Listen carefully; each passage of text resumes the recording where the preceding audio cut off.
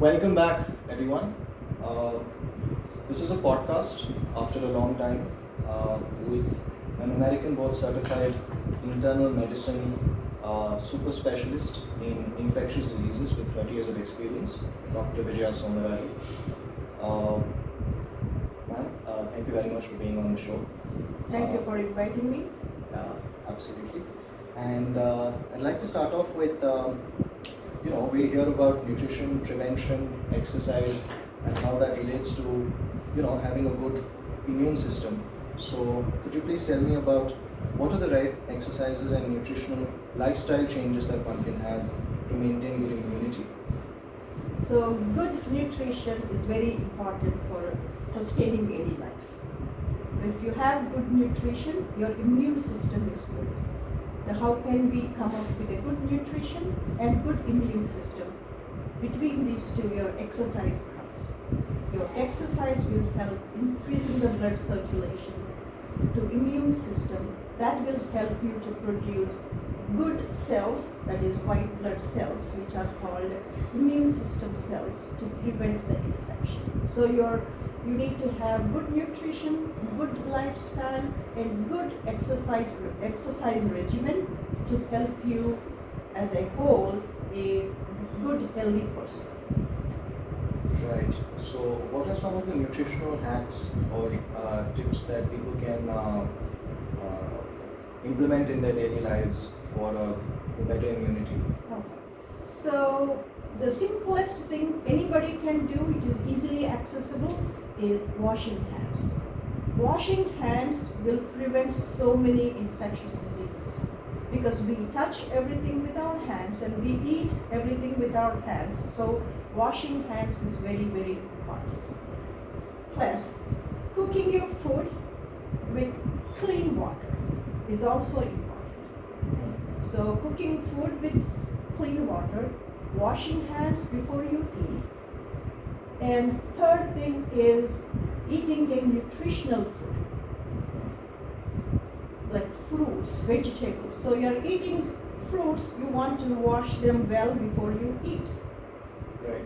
And if you're cooking rice, wash the rice with good clean water. So having good nutrition also helps for building up good immune system. So good immune system actually is helpful for you to get good healthy person. So when you say immune system, it has multiple arms.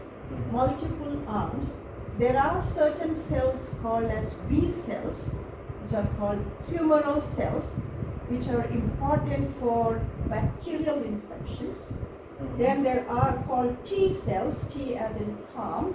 They are called cellular cells. That is important for cellular immunity. These B cells and T cells are important to have them in a good number.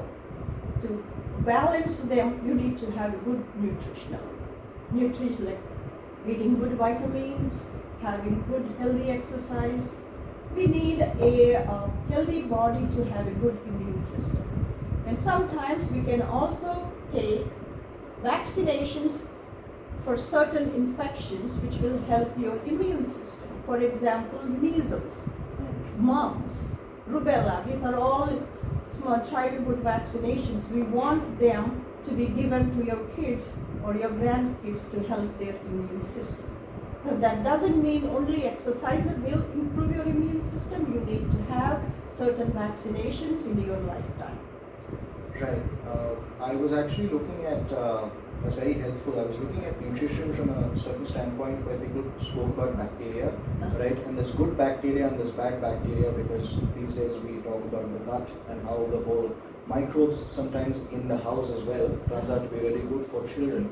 And if you kind of put them in a very sterilized environment, the sterilization can kind of like cause them, make them weak, okay, in some sense. Yes. So could you talk about the act of waking up in the morning, and even though it may sound a little, not so nice, having water or eating without brushing your teeth, because that is, could you reason about the scientific principles behind that?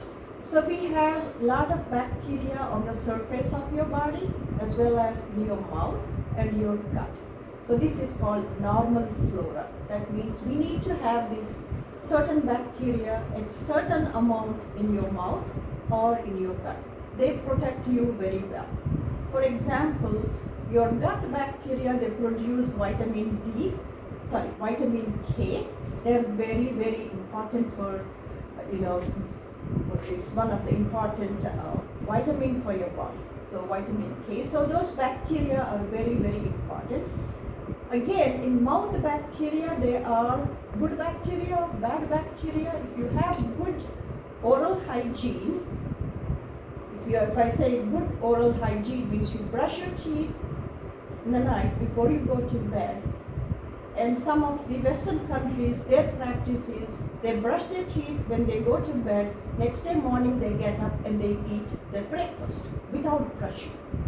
So their philosophy behind that is there are good bacteria in the mouth. I can drink water, eat my breakfast, and after eating the breakfast, they go and brush their teeth. So the countries differ in this philosophy, and if you believe that, you can do that too, because you need to have a good oral hygiene to begin with. Right. So I actually saw a YouTuber who he's not a Western, he's an Indian, who said that in fact if you just swish some water in your mouth in the morning, right, before brushing your teeth, and drink that, you're doing the same thing where you're taking in the bacteria, the good bacteria that is there to help your gut. Exactly. Right. And a good gut also has a connection to a good immunity, I suppose. Exactly. Right. Exactly. They all are interrelated. So nutrition is one arm. The power of nutrition, I feel, and the power of exercise together is maybe not half the battle, at least to a certain extent, done in living a healthy life. So could you just talk about the importance of exercise, resistance training, which is lifting weights, and endurance training, which is also training a muscle in your body, the heart, a very important muscle, right? So could you talk about how those two things would be important for building immunity? Okay, so when you exercise, there is increase in body circulation. Now, just before I go into little details of that, any exercise to a limit is good. Anything doing good or bad, too much is not good for your body. So you need to start with your weight, your nutritional habits, go to a person who can help you come up with a regimen, what is needed for your body. So you can't be doing nothing today and lifting 100 pounds tomorrow. It's really damaging to your body muscles. So you need to have a proper trainer to help you build an exercise regimen for your body, for your nutritional value, for your structure of your body. So definitely when you start doing exercises, they will increase the blood circulation. As we know, blood circulation carries the oxygen. Every part of our body requires oxygen. That oxygen is important for a lot of metabolic pathways in your muscles that will help indirectly to your immune system. So definitely exercise, good nutrition, and having a good exercise regimen is important for your immune system. Thank you. That's exactly what I think is required in today's day and age, where we have a very sedentary lifestyle, and the sedentary lifestyle goes into eating a lot of junk. Probably doing it once in a while is fine, it can be understood, but most of the time I think it's important that we kind of take care of ourselves.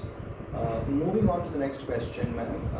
Chronic diseases versus infectious diseases. So could you say something about that? Are people who suffer from chronic diseases more susceptible to infectious diseases, and how can they take precautions in order to be healthier and prevent infectious diseases? And if they do get any infectious disease, what should they act and what should they do with regards to treatment? So when you say chronic diseases, one of the common chronic disease across the world is diabetes. That is the chronic condition. And diabetes can do a lot of things to your body. Type 2 diabetes. Type 2 diabetes. And one of the things is decrease your immune system, decrease your healing capacity, So people with diabetes get more infections because their immune system is on the lower side. Now, how can a diabetes person prevent infections? Good control of the diabetes. How do we get good control of the diabetes? That means good nutrition, good exercise.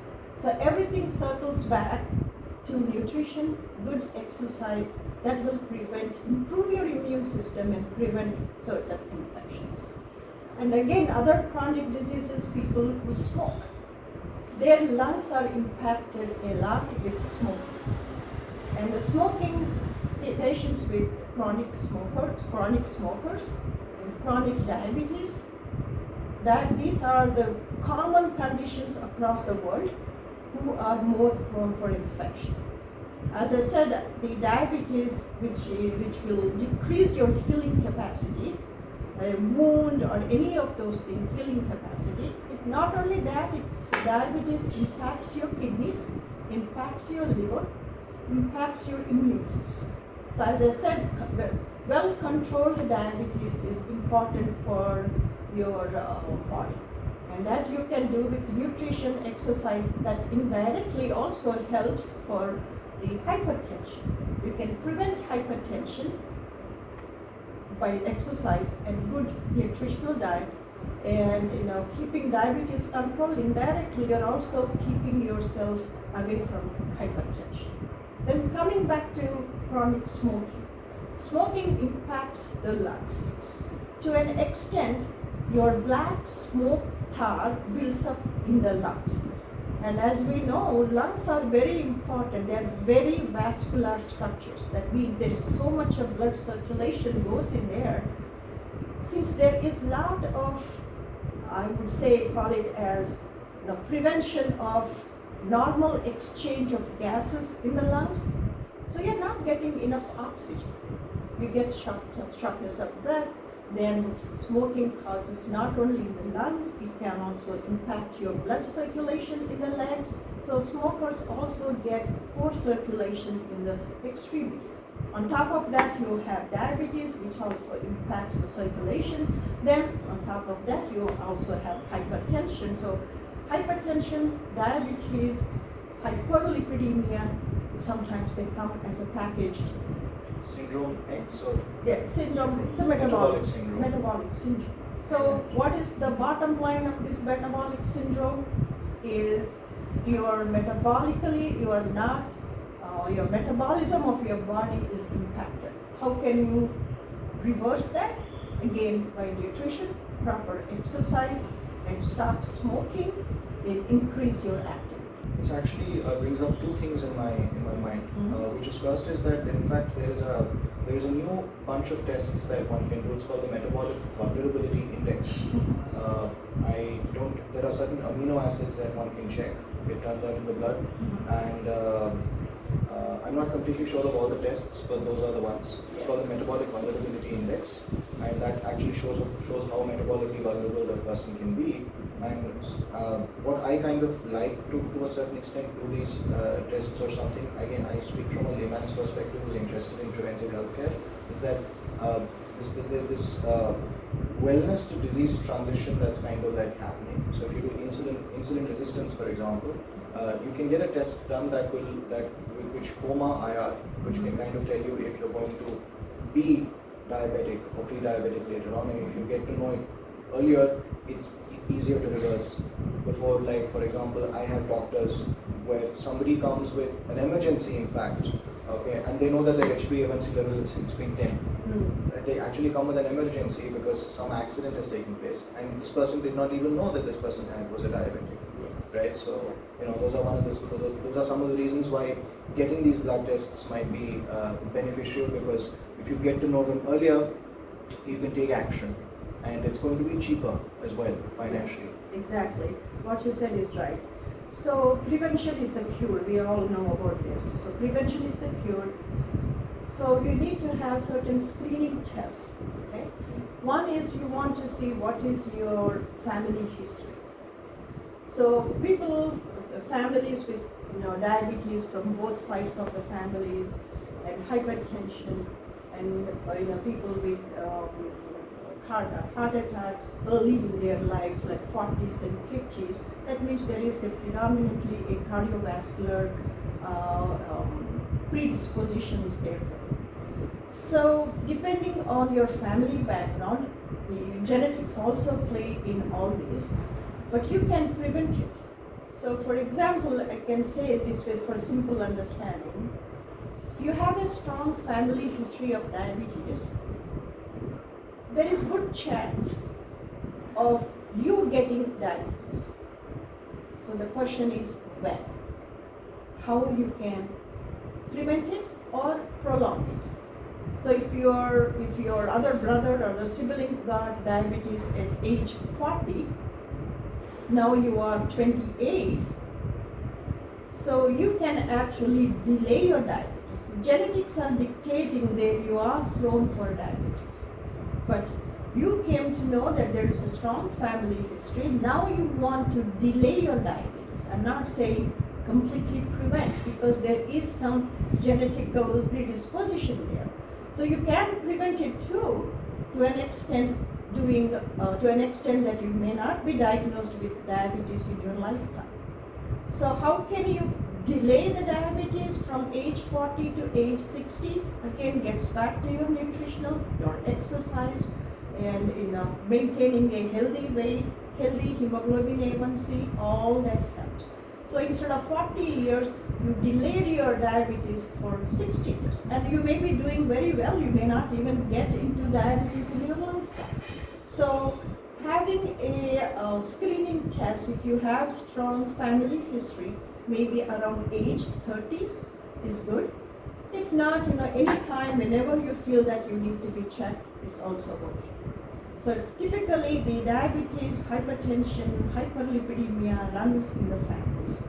So we can prevent it, we can delay it by screening tests. Right, exactly. I think it's a very useful point that you made and a very important one.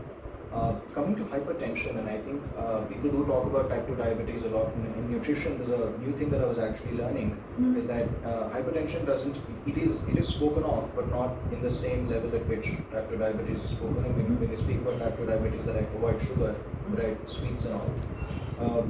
I think hypertension is, if I'm correct, it's like the constriction of the vessels, of the blood vessels, that cause the blood pressure to kind of increase. It's like a pump, Yes. right, inside a pipe, and the water is, because the pipe is getting constricted, the water inside is coming at a higher pressure, right? So if you can kind of like eat foods that are higher in, let's say, vasodilation, right, would that help in the blood pressure being eased? If that reasoning is correct, would say foods like nitrate-rich foods, right? I think spinach is in, leafy greens are very high in nitrates, and that gets converted to nitric oxide in the body, which might be a good nutritional intervention. I mean, maybe not completely useful, but something that, let's say, a person with hypertension should kind of consider in eating very high leafy greens, and probably even supplementing with nitric oxide for alleviating or lessening blood pressure. So I can simply say a very non-medical way how to prevent hypertension. Again, hypertension is one of the genetical predisposition. It runs in the families. Best to eat less salt. Make a habit of eating less salt. When I say less salt, we all add a table salt before we eat whatever. Avoid that. And if you can make all your cookings with less salt, that will be okay. Because if you eat more sodium, it attracts more water, there's more retention of water, and more retention of water, your blood vessels are narrowed as it goes with your age, and they are taking more pressure of the blood going into your narrowed pipes. So it is better you eat less less salt. And of course, you said all green leaf vegetables, any vegetable, non-salt, because most of the vegetables have no salt or very little salt. I think that's the best way to prevent hypertension. There's nitric oxide foods, and they will nitrates, and that will be too much for a common man to understand. Eat less salt.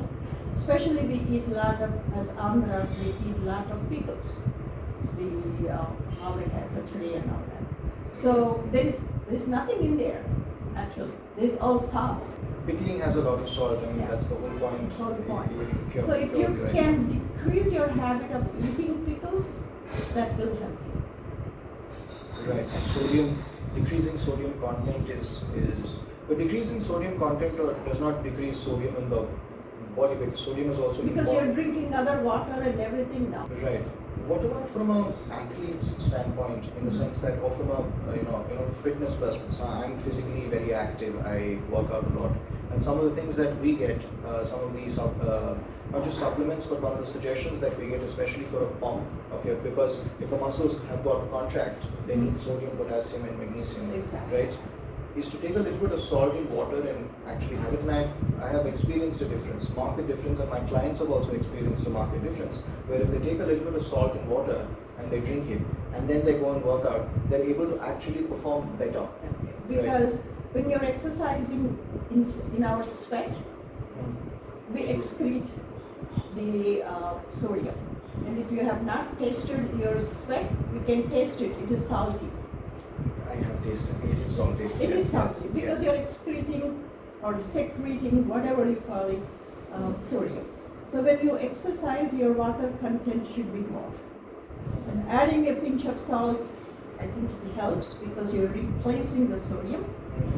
And sometimes the WHO rehydration protocol is boil the water, add pinch of salt, pinch of sugar. This is a rehydration solution which they use it for all across the world. If you don't have any of those electrolytes or anything, the sophisticated electrolytes in your store or anything, your home salt and sugar, boiled water, clean boiled water, add pinch of salt, pinch of sugar, will give you good rehydration solution. Yeah, it's a very simple and effective trick. Effective. Yeah. We sometimes get, with our little bubble, we sometimes get carried away with like too many fancy Thing, but it's fancy simple. things, right? It's a simple trick. I think a lot of like the biggest chemical factory and also preventive medicinal chemistry factory that we had as that our ancestors, at least, or my ancestors kind of like had, and my older ones had, was the kitchen in the home, right? They could kind of like go there, and if you have a cut, it's turmeric, Yes. right? So, right, we got to unlearn a lot of what we've learned and kind of to a certain extent go Yes. back to those roots.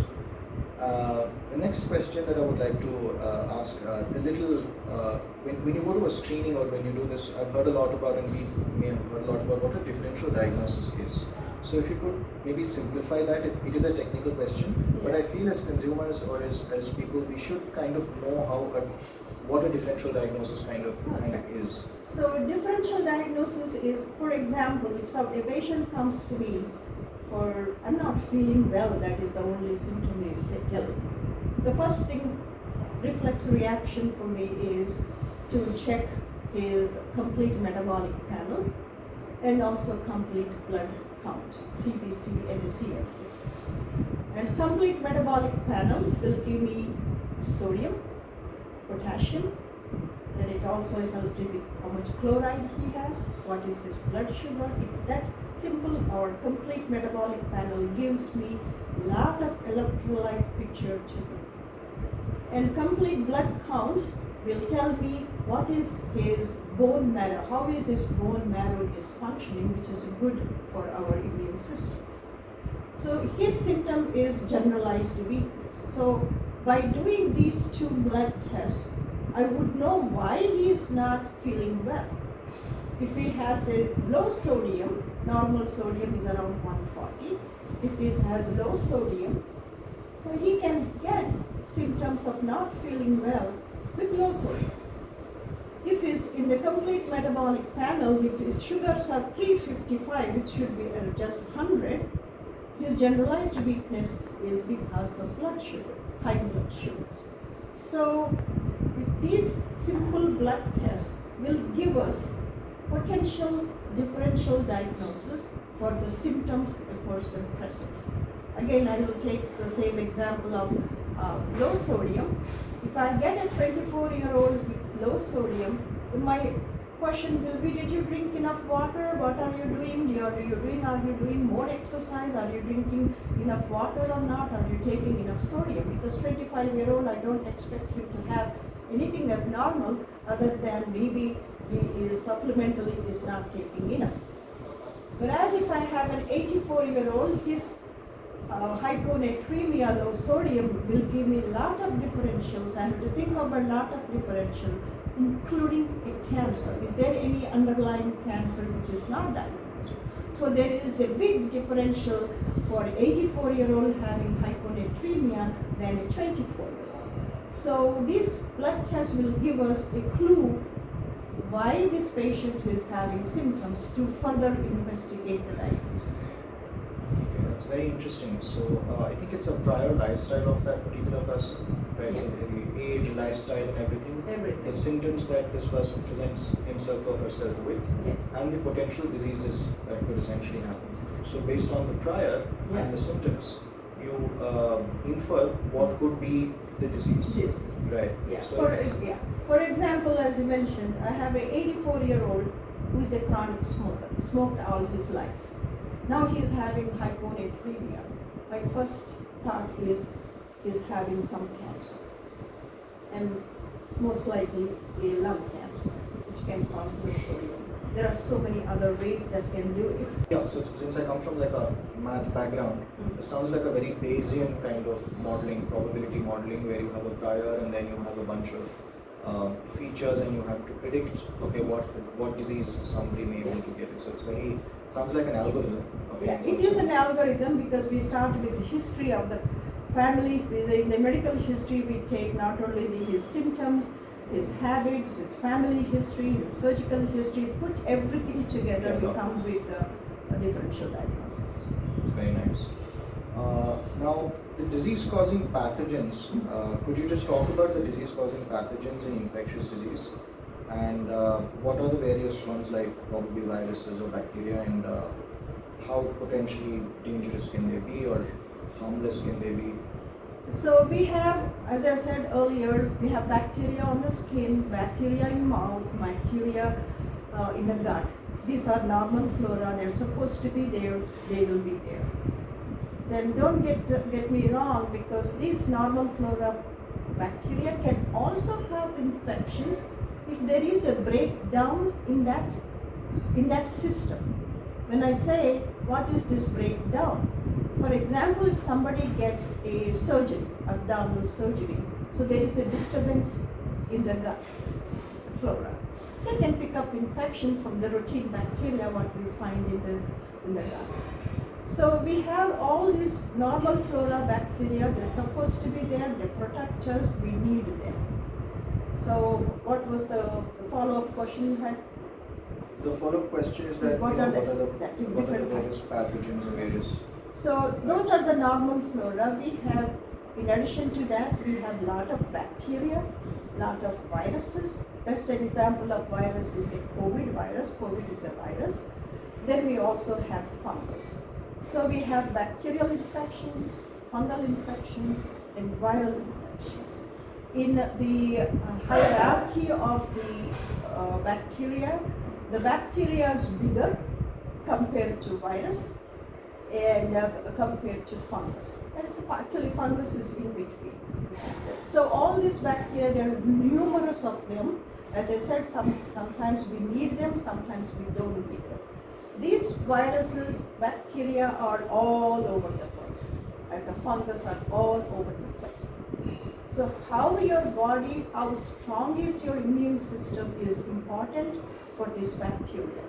For example, if somebody is badly diabetic, or they had a kidney transplant or some sort of transplant, they are taking the organ rejection medications, their immune system is very, very low.